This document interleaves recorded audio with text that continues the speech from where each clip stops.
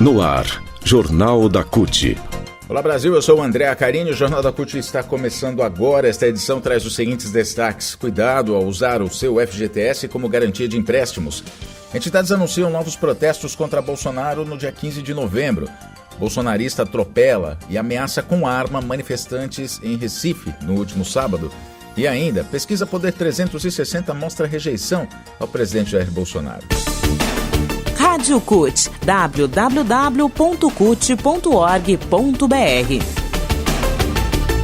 O sábado foi marcado por atos contra Bolsonaro em mais de 300 cidades, tanto no Brasil quanto no exterior, durante todo o dia.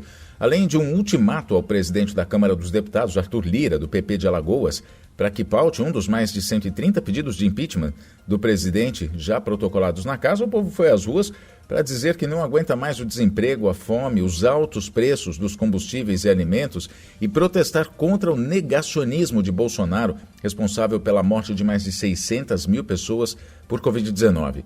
Teve protestos também contra a privatização dos Correios e contra a PEC 32 da reforma administrativa em vários atos realizados no país. Os atos deste sábado também anunciaram uma nova agenda de manifestações. O dia 15 de novembro vai ser novamente um dia de milhares de trabalhadores e trabalhadoras gritarem fora Bolsonaro. O anúncio foi feito por Sérgio Nobre, presidente da CUT, na Avenida Paulista, que no último sábado foi fechada e lotada por 9 quarteirões. Vamos ouvir Sérgio Nobre, presidente da CUT. A manifestação está sendo grande em todas as capitais do país e também nas principais cidades do Brasil. Nós temos uma missão muito importante. Estamos realizando um grande dia 2, mas já está apontado no nosso calendário uma próxima grande atividade no dia 15 de novembro. Agora é importante que daqui até o dia 15 a gente faça um grande debate com o povo na periferia, para mostrar para o povo de que a indignação que ele tem com o preço do feijão, com o preço da carne, com o preço da gasolina, não tem jeito se Bolsonaro não sair. É importante que daqui até o dia 15 a gente discuta nos locais de trabalho e se a gente não tirar o Bolsonaro, o desemprego que já atinge 1/3 do povo brasileiro vai chegar na casa dele, do vizinho, do filho. Portanto, a luta contra Bolsonaro é uma luta em defesa da vida, do emprego, contra a carestia, e nós precisamos fazer esse movimento crescer. Organizado pela CUT, demais centrais sindicais e movimentos populares que integram as frentes Brasil Popular e Povo Sem Medo, o ato teve adesão de partidos políticos de diferentes ideologias. Ao todo, lideranças e grupos de mais de 20 partidos, 22 partidos, foram à Avenida Paulista. Além dos movimentos sociais, políticos foram ao ato, como Fernando Haddad, que é ex-prefeito de São Paulo, ex-ministro da Educação, também ex-candidato à presidência da República, Gleice Hoffmann, a presidenta do PT, deputada federal, também deputada federal Jandira Fegali, do PCdoB, Marcelo Freixo, do PSB, Ciro Gomes, do PDT e outros. Ponto importante a ser considerado em relação às manifestações deste 2 de outubro é que, diferente das manifestações pró-Bolsonaro, em que a própria máquina do governo e o apoio financeiro de empresários bolsonaristas bancou os protestos, as manifestações populares deste sábado foram realizadas com recursos próprios e recursos escassos, inclusive. Dirigente da CUT São Paulo, o Valdir Fernandes, o Tafarel, afirmou que, mesmo com essas dificuldades financeiras, caravanas de diversas cidades do interior do estado de São Paulo se propuseram a não arredar pé da luta e seguiram a capital paulista para gritar fora Bolsonaro. Ainda sobre as manifestações, no Recife, uma manifestante que estava no ato contra Jair Bolsonaro, neste sábado, foi atropelada por um motorista que passou pelo protesto. Segundo relatos de outros presentes, o atropelamento foi de propósito e o motorista deixou o local sem prestar socorro. Segundo informações de outros manifestantes, o motorista jogou o carro na mulher e ainda sacou uma arma para ameaçar aqueles manifestantes que no local estavam. A vítima foi atendida a princípio por médicos que estavam no ato e posteriormente encaminhada a um hospital por ambulância do SAMU.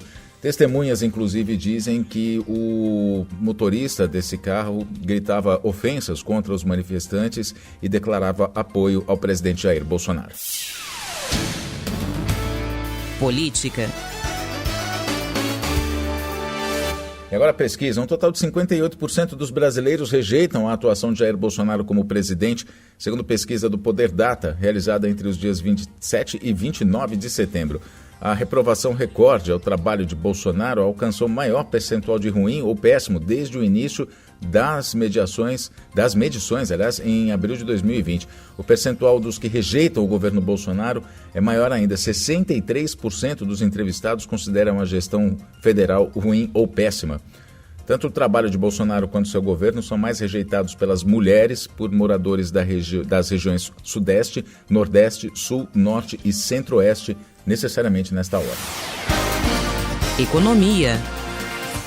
A crise econômica está levando trabalhadores a usarem o FGTS como garantia de empréstimos bancários. Só que essa alternativa coloca em risco a segurança do trabalhador quando ele mais precisar do dinheiro do fundo, que é na hora de ser dispensado, na hora que for dispensado do emprego. O número de transações bancárias dessa natureza, colocando o FGTS como garantia, só nos 9 primeiros meses deste ano já foi maior do que todo o ano passado.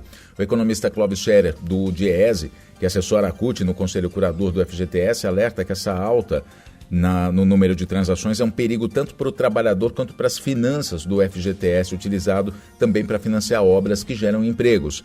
Numa economia que não cresce, ele diz, com o nível de demissões elevado, o trabalhador compromete o fundo, que é uma poupança para dar amparo a ele no momento da perda de renda. Se perder o emprego, pode ficar sem nada.